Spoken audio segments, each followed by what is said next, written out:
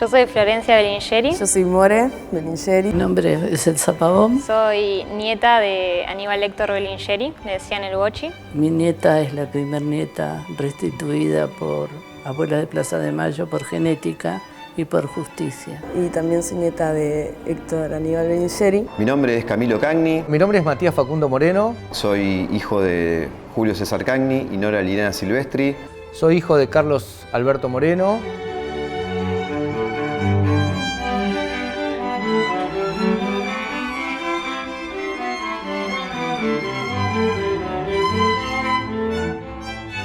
Si la historia los cuentan los que ganan, quiere decir que hay otra historia. Y esta es mi historia. Y esta es nuestra historia.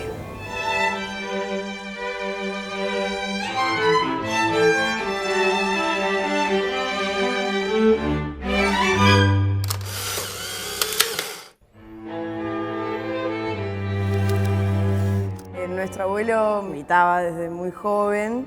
Era tornero. Era tornero. En el 55 se mete en la resistencia peronista. Después de ahí de seguir militando, se mete en el GEL. Y por militar en el GEL, en el 71 lo detienen. Lo tienen preso un tiempo hasta que le dan la opción de irse a un país que no fuera limítrofe de la Argentina.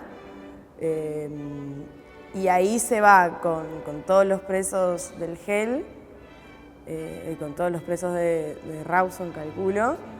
Y de Perú se va clandestinamente hasta Chile porque no podían estar en ningún país que fuera limítrofe de la Argentina. Y vuelve para acá, para la Argentina, y ahí crea el grupo PROA, que es Partido Revolucionario de los Obreros Argentinos, que era una organización muy chiquita, con cuadros políticos, pero muy pequeña, que no sé, tendría menos de 20 militantes. Sí, porque en realidad no actuaban como el resto de guerrillas, por así decirlo, sino que eran más un grupo de inteligencia y de información.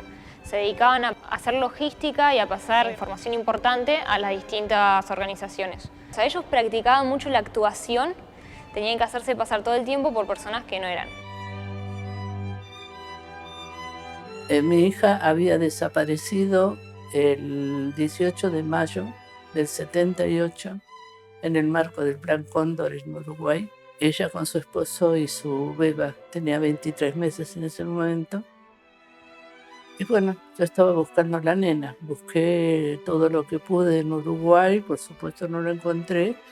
Y vine acá, recorrí todo lo que era Buenos Aires, lo que me pareció, porque entre el shock de la desaparición de ellos, el no entender qué era esto de desaparecer, empecé a buscar acá, por ejemplo, en minoridad, en escuelas donde había chicos que no tenían sus padres, que estaban pupilos. No lo encontré, entonces me fui a La Plata, que me pareció que era el lugar más cercano. Me enteré que en La Plata había juzgados de menores y eso. El día que yo llegué estaban 5 abuelas esperando que tenían una audiencia. Y se me acercó Chicha para preguntarme qué me pasaba y le dije. Entonces me dijo, mira, nosotros tenemos audiencia, si querés entrar por nosotros, porque sin audiencia no te van a atender. Así que bueno, le dije que sí. Desde ese momento hasta el día que ella partió, hace 2 o 3 años, trabajé siempre con ella, estuve a su lado. Abuelas era el remanso de paz, donde el único rato que yo tenía paz era cuando estaba en Abuelas. Porque en Abuelas podíamos hablar entre nosotras. En cambio, fuera de Abuelas, no podíamos hablar porque uno no sabe quién tiene al lado. Bueno, en este lugar, en este sótano, fue donde hicieron la fiesta de casamiento mis viejos. Fue en agosto del 76. Y bueno, fue un casamiento medio de apuro porque mi vieja ya estaba embarazada y para cumplir con las formalidades de la época había que casarse. Y yo nací en febrero del 77, 6 meses después. Este sótano, en la década de los 70, lo administraba o lo manejaba mi abuelo materno, que junto con mi tío habían armado acá una especie de confitería, un café concert, una UAT. Así es como que nació este lugar como centro cultural en aquel momento. Te estoy hablando de los principios de los 70. Arriba había un kiosco en la entrada, lo atendían mis viejos en aquel momento, era una manera de tener una entrada económica, pero a su vez también tenía una doble función, porque mis viejos eran militantes del PRT-ERP y era un lugar de enlace y de distribución de información también. Y mi viejo era consciente de lo que pasaba años 76, 77, que había centros clandestinos, porque les llegaba mucha información en este lugar, ¿no? Por eso que también mis viejos estaban muy expuestos en un punto, y seguramente en lo que fue la tortura en algún centro clandestino salió la información de que mis viejos participaban de alguna manera, siendo militantes políticos, y además en ese kiosco como un lugar de... se movía información. Además, mi viejo repartía el periódico El Combatiente del PRT, entonces era un lugar donde era muy frecuentado por mucha gente. Mi papá era un abogado de la ciudad de Olavarría que representaba a los trabajadores mineros de la empresa Loma Negra. En función de su trabajo, en esa representación gremial, y a partir de una situación que se daba en la sección embolsadora de la empresa Loma Negra en el año 76-77, que tenía que ver con que los trabajadores de esa sección empezaban a reportar problemas respiratorios. Y muchos de ellos no llegaban a la edad jubilatoria, porque fallecían antes, por una enfermedad que luego fue sumada como una enfermedad profesional llamada silicosis. La silicosis se produce a partir de la exposición por mucho tiempo a partículas de sílice que hay rondando en el aire. Esa enfermedad se producía por las condiciones insalubres que había en la empresa, y a partir de esta demostración mi padre empieza a ganar varios juicios en representación de los trabajadores de esa empresa, y eso implicó que la empresa no solamente tuviera que indemnizar a los familiares, sino tenía que modificar el esquema de la cadena de producción. Esto quiere decir reducir las horas de exposición, sumar un turno más, con lo cual esto a la empresa claramente le implicaba mayor gasto dinerario. Nuestro abuelo, por ejemplo, el rol que tenía en ese momento era, dentro de la quinta esa, él era el cuidador. Entonces, con la excusa de que eran por ahí familiares o diferentes, había dos que actuaban de pareja, había otro que, bueno, él era el cuidador, y así iban llegando en distintos momentos y se iban pasando la información. Un comisario los descubre y los buchonea, y ahí se genera la masacre de Marcos Paz, que, por lo que tengo entendido, fueron muchas horas de tiroteo, de persecución, porque me parece que hay un par que se habían escapado por unas calles, entonces los persiguieron. El tiroteo fue como en varias manzanas y varias horas. De eso queda solo el registro de, bueno, además de la casa que estaba toda baleada, hay el testimonio de uno de los policías que estaba de guardia y le avisan nomás que tenía que ir a hacer algo allá, y cuando llega todo el parque eran personas tiradas muertas. Nunca le explicaron qué es lo que había pasado, le hacen firmar un papel como que ellos habían agredido primero o algo así, y que ese es el único testimonio que queda. Pero descubren que lo que había firmado ni siquiera lo había escrito él. Cuando es la apertura política en el año 83, que se empiezan a poner los carteles y todo eso en las calles, aparecen con los murales, con las fotos de los chicos, aparecen 5 chicos, entre ellos Paula. Yo había hablado con las abogadas, en abuelas, y las abogadas me habían dado una lista de cosas que eran necesarias para hacer la denuncia ante la justicia. Hasta que un día decidí ir yo al colegio sola a esperarla en la salida del colegio para verla. La nena tenía 7 años y llegó con un guardapolvo de preescolar. A mí eso me despistó, porque yo decía, ¿cómo? Tiene 7 años y todavía en el preescolar. Es porque ellos la inscribieron como recién nacida cuando la agarraron, cuando la tomaron. Y la nena tenía 2 años.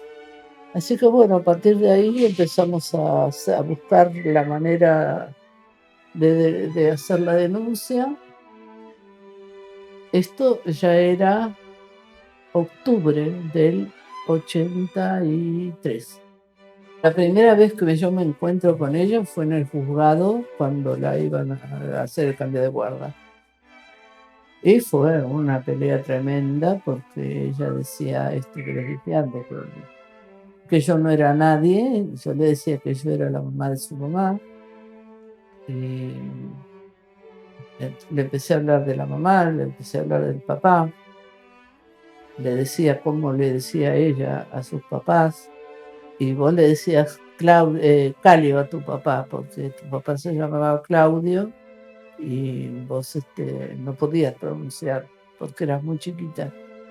Entonces repitió ella. Cuando repitió, a la tercera vez que lo repitió, se puso a llorar y se quedó dormida. Cuando se refirió a los alrededores, siempre habló derecho con el nombre. No, nunca le antepuso el mamá y el papá.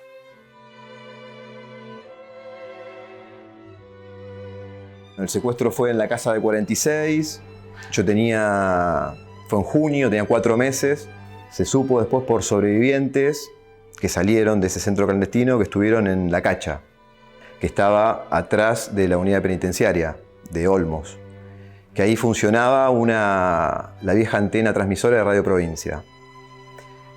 Ese fue el último lugar donde lo vieron con vida, gracias al testimonio de sobrevivientes. Hubo un juicio que se hizo en el 2014, en donde se condenaron a 14 milicos por el caso de mis viejos y por el caso de otros tantos más. Era un juicio muy, muy amplio.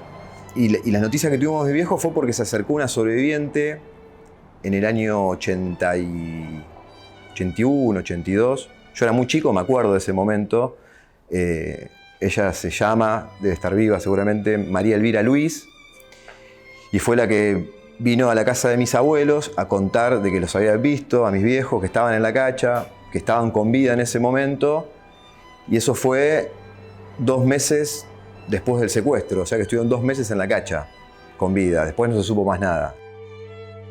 El padre empezó a sufrir amenazas hasta que finalmente el 29 de abril de 1977 es secuestrado de la puerta de su estudio jurídico / casa que teníamos en la ciudad de Olavarría. Esa noche es llevado al centro clandestino de detención, tortura y exterminio conocido como la Chacra de los Méndez o la Quinta de los Méndez en la ciudad de Tandil, que era un lugar donde estos 2 hermanos, Emilio y Julio Méndez, facilitaban a las Fuerzas Armadas su casa quinta para que ahí funcionara un centro clandestino de detención.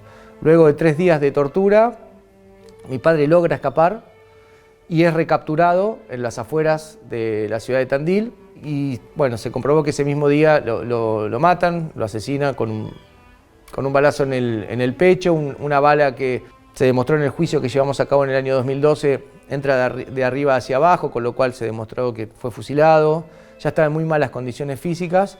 Bueno, y ahí empieza todo un derrotero familiar que tenía que ver primero con recuperar el cuerpo en función de que había salido una noticia, como operaban ahí los medios masivos de comunicación, que tenía que ver un enfrentamiento armado, etcétera, etcétera. El cuerpo se pudo recuperar por mi tío y mi mamá, fue entregado en el Ministerio lo que es hoy el Ministerio de Seguridad por Ramón Camps, bajo 2 condiciones: que se frenara la huelga de los trabajadores de la empresa Loma Negra que se estaba llevando a cabo en reclamo de la aparición con vida del doctor Moreno, tal cual decían los carteles y las pintadas, y en segundo lugar que no sea enterrado en la ciudad de Olavarría. Siempre le dije la verdad, siempre todo lo que preguntó. Ella sola sabe lo que hay adentro de su alma, lo que hay adentro de sí misma con respecto a su situación. Ella sola sabe lo que pasó. Cuando nosotros pensamos en los 30.000 compañeros detenidos desaparecidos, ellos pusieron en juego el patrimonio más grande que tiene un ser humano, que es la vida. Y un poco retomar el sueño de ellos tiene que ver con esto, ¿no? Con seguir trabajando para una Argentina más igualitaria, más justa, más soberana. Y desde el hoy siento que reivindico a mi viejo y a los 30.000 a partir del trabajo hoy diario en función de las políticas públicas que amplíen derechos. Por eso la memoria no tiene que ser algo fosilizado, sino que tiene que ser algo con perspectiva de futuro y formadora de lo que son las nuevas generaciones. ambas participamos en un organismo nuevo que se llama Nietes, que somos justamente nietas, nietos, nietes de desaparecidos o asesinados o exiliados en la última dictadura. Que en algún punto yo creo que la mística y el alma de ese organismo está en que nosotros nos sentimos como la victoria en vida de ellos, de la lucha de ellos.